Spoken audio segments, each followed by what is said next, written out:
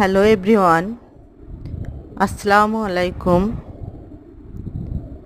আজ আমি এসেছি আমার জীবনের কিছু কষ্টের কথা তুলে ধরার জন্য।